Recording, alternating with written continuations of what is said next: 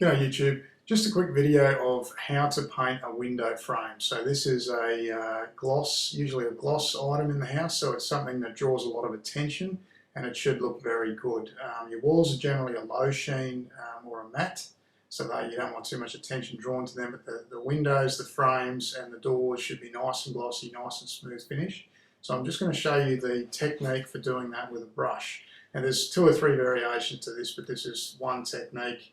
I'm using the camera in one hand and the brush in the other, so it's a bit shaky. I'm sorry about that. I'm going to have to get a GoPro.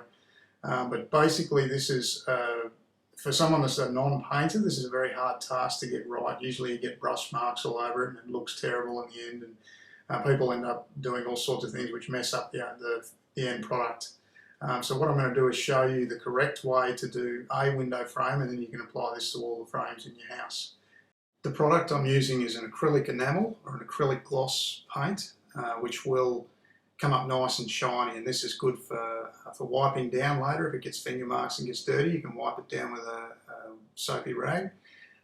Now, this has been undercoated using an oil-based undercoat, a fast-drying undercoat, which has been tinted to the same colour, so that will provide adhesion to the old frame. So this is just the gloss I'm showing you, but it applies to applying the undercoat as well. So there's the frame that's been undercoated. It's been lightly sanded with some fine sandpaper, especially on the flat sections. Concentrate on them because they're very visible. So there's your pot of paint you've got. Dip your brush, flick it off a little bit on the sides of the pot so you don't get runs. And I start on the architrave edge first, so the decorative edging on the window. And I basically get plenty of paint in those edges and brush up and down, keeping your brush strokes uniform. Don't go side to side, straight up and down in line with the grain of the timber, and then do the flat section. So you want to cut that in at the top first and paint that flat section there. So you cut down the side and keep your brush strokes uniform up and down in the same direction. Get the paint on and then brush it out quickly and go back over the edge you've previously done and keep all brush strokes in the same direction. So you do one side at a time and then move on to the next side. You do not go right around the frame and then come back to the start. So now we're starting on the bottom section, so same technique, we're going along the bottom all the way to the end. This is called keeping a wet edge. So what you're trying to do, just like if you're spraying the side of a car, you don't want to spray half a panel and then move to the back of the car and spray the other half. It's the same technique with a brush. So you want to brush in one direction, get to the end, come back and start again like a robot, basically. So what I'm doing, I'm painting the face of the architrave again, keeping all brush strokes in the same direction, keeping them uniform, and then going back over the flat section, cutting that in and then brushing that out again. What you'll do is go over the whole window frame like this, and then at the end you wait a couple of minutes, then you just go around and check the architrave edges for any runs or sags. Also maybe check the sides as well, check the whole thing, but you're going to have problems with your decorative edging, so your architrave edges, and you're going to have problems on the flat sections on the side most likely. The top and bottom, the paint's just going to sit there and dry, so very unlikely you're going to get a run or a sag that's going to look bad unless you put your brush strokes in the wrong direction. Then you might see that once it's dry, so that's why you keep your brush strokes all uniform, going in the same direction of the grain of the timber, and in the same direction of the architrave edging as well. So you can see that I'm brushing back over it very quickly. You don't want to do it slowly. And it's sort of tipping it off a bit as well. It's another technique in painting called tipping off.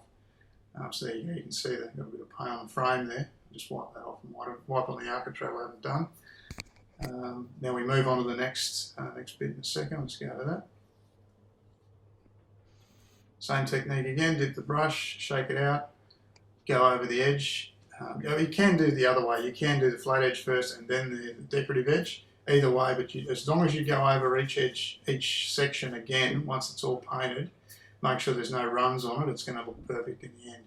Another thing too is you don't want to go back to the first section you've painted and start brushing that again after a few minutes, because you'll see those brush marks and they'll be very obvious in the finished product. So you just want to keep moving around the frame, get to the end, and then go over the architrave edging very quickly with a dry brush is the best way to do it. Just going over that flat section again. And then just quickly brushing over the side as well, just to keep that all uniform. uniform. What that does also levels the paint off, gives you a nice even amount of paint all over the frame, which gives you the same gloss level when it's finished. So same again, we're going over the edge of the architrave, all the way to the end, cutting that in. If you're going to paint the wall later, because this is an acrylic product, you can get paint all over the wall there, it's not going to matter. You can just paint straight over that and cut that in again. So generally what you would do if you're painting your own house is you do all your cornices first, so you brush them or spray them, and then it doesn't really matter in which order you do things because your cornice comes down onto your wall, so you brush onto the wall and then cut that in later, and then do your frames and walls last in either order. But the important thing is to do the cornice first, is the most important thing when you're painting a house. Then you can either do the frames or walls in either order. And generally when I paint a house, I will spray the cornice, roll all the ceilings out, then I'll probably undercoat the frames, paint the walls, and then maybe gloss the frames last. So as long as that undercoating's done, you can gloss the frames either after or before the walls. It doesn't really matter which way you do it. That's just my personal preference. Other painters will have their idea, but generally most painters will say do the ceilings first. Very unusual a painter would say to do the ceiling last. But anyway. So now I'm just going back over the frame, just over the edges, like I said in the beginning of the video. I'm just checking there's no runs, particularly in those corners. And what you'll find is on the edge of the frame, it'll sort of drip down the side and then roll around the edge if you go away after a couple of minutes. So what you would do is you would finish this frame and do what I've done just there. Move on to your next frame, do that, and then when you finish the next frame or halfway through that next frame, just come back and check the edges again and just have a quick look and just brush out any runs really quickly. But you don't want to be fussing over it. You just want to quickly brush over them and move along. So you can see here, this is the finished frame. This is only one coat. I've got one coat of undercoat and one coat of gloss on there. So you can see how nice the frame comes up. It's like a new frame. Now I will put a second coat on that, which will just make it more shinier and more durable.